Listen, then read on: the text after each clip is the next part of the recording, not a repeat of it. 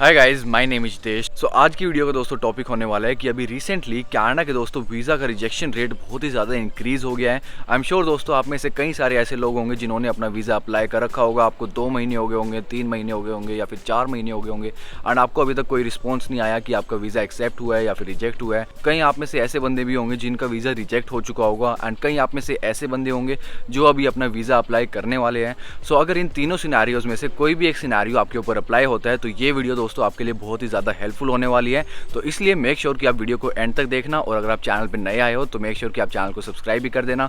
So without wasting any more time, let's begin.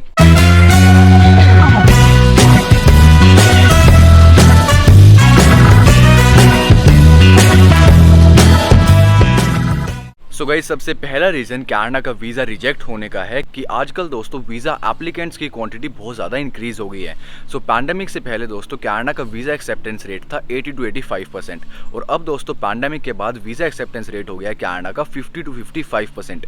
मतलब कि दोस्तों उसमें 30 to 35% का ड्रॉप आया है। इसका मतलब दोस्तों अगर मैं आपको एग्जाम्पल देकर समझाऊँ, इसका मतलब ये है कि अगर पैंडेमिक से पहले अगर 100 बंदे अपना वीज़ा अप्लाई कर रहे थे तो उनमें से 80 से 85 बंदों का वीज़ा आ रहा था। लेकिन अब पैंडेमिक के बाद अगर 100 बंदे अपना वीज़ा अप्लाई कर रहे हैं तो उसमें से सिर्फ 50 to 55% बंदों का ही वीज़ा आ रहा है। अब इसका मतलब दोस्तों ये नहीं है कि आपका वीज़ा नहीं आएगा या फिर आपके वीज़ा आने में प्रॉब्लम हो जाएगी, क्योंकि दोस्तों पैंडेमिक से पहले इतने ज़्यादा बंदे कनाडा नहीं आते थे। लेकिन अब पैंडेमिक के बाद से दोस्तों बहुत ही ज़्यादा इंक्रीज़ हो गया। ये नया ट्रेंड चल गया है कि हमें कनाडा जाना है 12th के बाद ही। सारे बंदे दोस्तों यही ट्रेंड चला रहे हैं कि हमें 12th के बाद कनाडा जाना है, 12th के बाद कनाडा जाना है, जिसकी वजह से दोस्तों एप्लीकेंट्स बहुत ही ज़्यादा हो गए, बहुत ही ज़्यादा दोस्तों फाइल्स इकट्ठी हो गई है एम्बेसी में।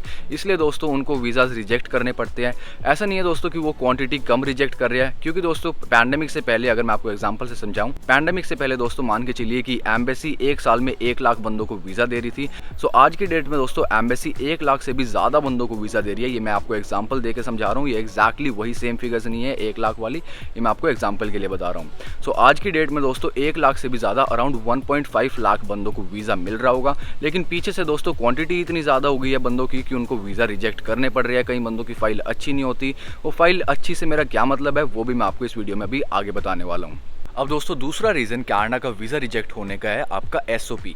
तो दोस्तों एसओपी क्या होता है? एसओपी होता है स्टेटमेंट ऑफ पर्पस, जिसमें आपको ये क्लियरली मेंशन करना होता है कि आपका कनाडा आने का पर्पस क्या है, मतलब कि आप किस पर्पस के लिए कनाडा आना चाहते हो। अब उसमें दोस्तों आपको क्लियरली ये बात लिखनी होती है कि आप कनाडा में सिर्फ और सिर्फ अपनी पढ़ाई करने के लिए आए हो। मतलब जितने भी टाइम की आपकी पढ़ाई है, चाहे 1 साल की हो, 2 साल की हो, 3 साल की हो, 4 साल की हो, आप उतनी पढ़ाई करने के लिए सिर्फ और सिर्फ कनाडा आए हो। उतनी पढ़ाई आपकी जब कंप्लीट हो जाएगी तब आप वापस इंडिया चले जाओगे, क्योंकि आपकी फैमिली इंडिया में है, आपके पास इंडिया में अपने एसेट्स है, अपनी प्रॉपर्टीज़ है, जिसकी वजह से आप वापस इंडिया जाओगे अपनी पढ़ाई करने के बाद।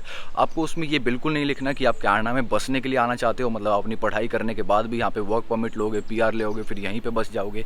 आपको ऐसी बातें उसमें बिल्कुल नहीं लिखनी होती। आपको उसमें सिर्फ और सिर्फ लिखना होता है कि आप कनाडा में सिर्फ पढ़ाई करोगे और फिर वापस इंडिया चले जाओगे। अब दोस्तों अगर आप अपनी फाइल किसी एजेंट के थ्रू अप्लाई कर रहे हो देन मोस्ट प्रोबेबली एसओपी आपका एजेंट ही आपको बना के दे देगा। अगर ऐसा है then it's well and good. आप अपने एजेंट पे ही अपनी एसओपी का काम छोड़ देना, क्योंकि उनका दोस्तों रोज का काम होता है, उनका एक्सपीरियंस होता है, उनको सारी चीज़ें पता होती है एसओपी में क्या क्या लिखना है। लेकिन दोस्तों अगर आपका एजेंट आपको ये कहता है कि आपको अपना एसओपी खुद ही बनाना पड़ेगा देन आपको उसमें क्लियरली ये बातें स्टेट करनी है कि आप सिर्फ पढ़ाई करने आए हो एंड वापस आप इंडिया जाओगे। उसके पीछे आपको रीजंस भी देने हैं कि आपकी फैमिली इंडिया में है, आपके पास इंडिया में एसेट्स है, प्रॉपर्टीज़ हैं। एंड अगर दोस्तों आप आईडीपी के थ्रू अप्लाई करते हो, आईडीपी वाले भी दोस्तों यही कहते हैं कि आपको अपना एसओपी खुद ही लिखना है। सो उसमें भी दोस्तों आपको यही सेम चीज़ें मेंशन करनी। और अगर दोस्तों आप अपनी फाइल किसी एजेंट के थ्रू अप्लाई नहीं करा रहे, आप अपनी खुद ही फाइल अप्लाई कर रहे हो, तब दोस्तों आपको एसओपी में क्लियरली ये स्टेट करना है जो मैंने आपको भी बताया कि आप इंडिया वापस चले जाओगे अपनी पढ़ाई के बाद। आपके पेरेंट्स वहाँ पे, आपकी पूरी फैमिली वहाँ पे है, आपके पास वहाँ पे प्रॉपर्टीज़ है, एसेट्स है। मतलब क्लियरली आपको जो जो रीज़न देना है, मेनली यही 2 रीज़न होते हैं कि आपकी फैमिली और एसेट्स प्रॉपर्टीज़ ये आपकी इंडिया में ही है, इसलिए आप वापस इंडिया चले जाओगे। और भी दोस्तों कोई रीज़न हो, आप यूट्यूब पे और वीडियो सर्च करो, नेट पे सर्च करो कि आप क्या क्या लिख सकते हो अपने एसओपी में, वो सारी चीज़ें आप अपनी एसओपी में लिख दो। क्लियरली आपको स्टेट करना है कि आप इंडिया वापस जाओगे, तभी दोस्तों आपका वीज़ा आएगा।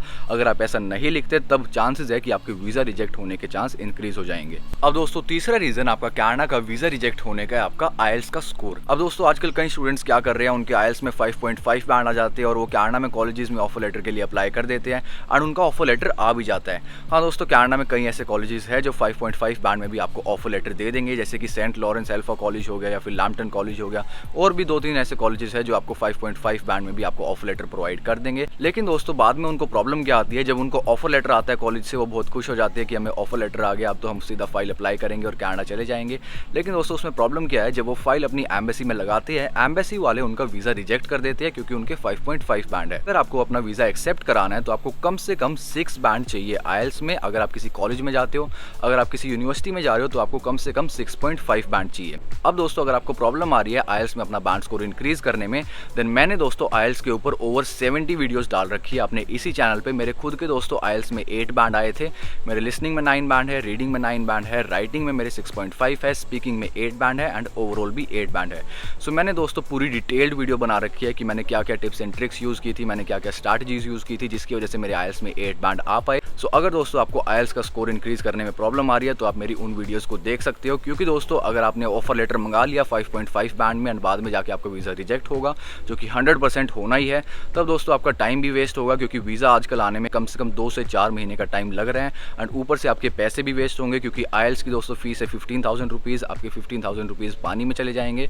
तो इसलिए दोस्तों आप पहले अच्छे से तैयारी करो। जब आप श्योर हो जाओ कि आपके कम से कम 6 बैंड तो अब आ ही जाएंगे, जब आप खुद मॉक टेस्ट की प्रैक्टिस करके देखो दोस्तों, उसमें अगर आपके रेगुलरली 6.5 बैंड हर बार आ रहे हैं, तभी दोस्तों आप अपने एग्जाम के लिए बैठो, क्योंकि एग्जाम में तब आपके चांसेस इंक्रीज हो जाएंगे कि आपके कम से कम 6 बैंड तो आ ही जाएंगे। और 6 बैंड से कम अगर आपके आते हैं किसी भी सेक्शन में, चाहे आपके एक सेक्शन में भी 5.5 बैंड है, तब दोस्तों आई वुड रिकमेंड कि आप वीज़ा अप्लाई मत करना, क्योंकि आपका टाइम वेस्ट होगा, आपके पैसे वेस्ट होंगे, वीएफएस के चार्जेस लगेंगे, एम्बेसी फीस लगेंगी और भी आपके कई सारे खर्चे होंगे, आने जाने का खर्चा होगा, टाइम वेस्ट होगा। इसलिए दोस्तों जब तक आपके कम से कम 6 बैंड ना आए आईएलटीएस में, और हर एक सेक्शन में भी जब तक आपके 6 बैंड ना हो, तब तक दोस्तों आप अपना वीज़ा अप्लाई मत करना, क्योंकि आपका वीज़ा 100% रिजेक्ट हो जाएगा 5.5 बैंड में। सो फाइनली दोस्तों फोर्थ रीज़न कनाडा का वीज़ा रिजेक्ट होने का है आपका कोर्स। अब दोस्तों आपको ध्यान में रखना है कि आप कनाडा में जो भी कोर्स लेके आओ वो आपकी स्ट्रीम से रिलेटेड हो। मतलब कि अगर आपने इंडिया से 12th की है, अगर आपने 12th साइंस स्ट्रीम से किया तो आपको साइंस स्ट्रीम से रिलेटेड कोर्स लेके आना है, अगर आपने कॉमर्स स्ट्रीम से किया है तो कॉमर्स से रिलेटेड लेके आना है, अगर आपने आर्ट्स स्ट्रीम से किया है तो आर्ट्स स्ट्रीम से रिलेटेड कोर्स लेके आना है, अगर आपने इंडिया से बैचलर्स किया है तो भी सेम केस है। क्योंकि दोस्तों यहाँ पे कई सारे स्टूडेंट्स क्या करते हैं, वो इंडिया से दोस्तों मान लीजिए उन्होंने साइंस स्ट्रीम से करी हो उनकी 12th, या फिर उन्होंने बीटेक कर रखी हो, उसके बाद वो यहाँ पे आके कोर्स ले लेते हैं हॉस्पिटैलिटी का या फिर होटल मैनेजमेंट का। सो उससे दोस्तों उनका वीज़ा रिजेक्ट हो जाता है, उनका टाइम वेस्ट हो जाता है एंड वो यहाँ पे नहीं आ पाते। सो इसलिए दोस्तों आपको क्या करना है, आपकी जो भी स्ट्रीम हो इंडिया में 12th में आपकी जो भी स्ट्रीम थी, या फिर आपने बीटेक कर रखी हो, या फिर आपने बीटेक कर रखी हो, बीकॉम कर रखी हो या बीए कर रखी हो, जो भी आपने कर रखी हो, आपको अपनी स्ट्रीम से रिलेटेड यहाँ पे कोर्स लेना है जो आपकी स्ट्रीम से रेलेवेंट हो बिल्कुल। जैसे अगर आप साइंस स्ट्रीम से हो तो आप मैकेनिकल का कोर्स ले सकते हो, कंप्यूटर का कोर्स ले सकते हो। मैं भी दोस्तों साइंस स्ट्रीम से था, मैंने मैकेनिकल का ही कोर्स ले रखा है, ऑटोमोटिव इंजीनियरिंग का मेरा कोर्स है। सो इसलिए दोस्तों आपको अपनी स्ट्रीम से ही रिलेटेड कोर्स लेना, तभी दोस्तों आपका वीज़ा अप्रूव होगा, तभी आपका वीज़ा आएगा। अगर आप अपनी कोर्स से रिलेटेड स्ट्रीम नहीं लेते तब आपका वीज़ा रिजेक्ट, अगर दोस्तों आप अपनी स्ट्रीम से रिलेटेड कोर्स नहीं लेते तो आपको वीज़ा रिजेक्ट हो जाएगा। और अगर दोस्तों मान लीजिए कि इन केस आपकी स्ट्रीम कोई और थी एंड अब आप कोर्स किसी और स्ट्रीम से रिलेटेड लेना चाहते हो, तब उस केस में भी आपको इंडिया से जब आप अपनी फाइल लगाओ वीज़ा के लिए, तब दोस्तों आपको कोर्स वही लेना है अपनी स्ट्रीम से रिलेटेड ही। एंड जब आप यहाँ पे कनाडा में आ जाओ, आने के बाद यहाँ पे आप अपना कोर्स चेंज करा सकते हो, जो भी आप कोर्स लेना चाहते हो वो आप अपना कोर्स यहाँ पे चेंज करा सकते हो, आपको उसमें कोई प्रॉब्लम नहीं आएगी। लेकिन इंडिया से तो जब आप अपना वीज़ा अप्लाई कर रहे हो तब आपको सिर्फ और सिर्फ वही कोर्स लेना है जो आपकी स्ट्रीम से रेलेवेंट हो, नहीं तो आपका वीज़ा रिजेक्ट हो जाएगा। सो फाइनली दोस्तों अब मैं आपको एक क्विक रीकैप दे देता हूँ कि आपका वीज़ा रिजेक्ट ना हो उसके लिए आपको क्या क्या करना है। सो सबसे पहले दोस्तों आपको अपनी एसओपी में अपने स्टेटमेंट ऑफ पर्पस में क्लियरली मेंशन करना है कि आप कनाडा में अपनी पढ़ाई के बाद उल्टे इंडिया चले जाओगे।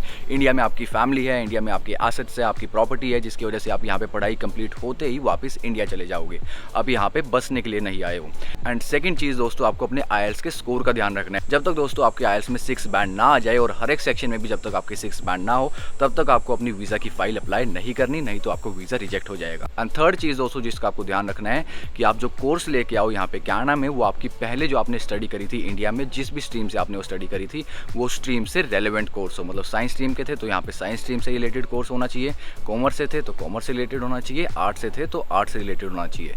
अगर आपने इन तीनों चीज़ों का ध्यान कर लिया, इन तीनों चीज़ों को आपने इंप्लीमेंट कर दिया, then I can 100% guarantee you कि आपका वीज़ा 100% अप्रूव हो जाएगा, आपका वीज़ा रिजेक्ट नहीं होगा। So that was it for today guys. I hope you like the video and if you did, please make sure to give it a thumbs up and don't forget to subscribe the channel.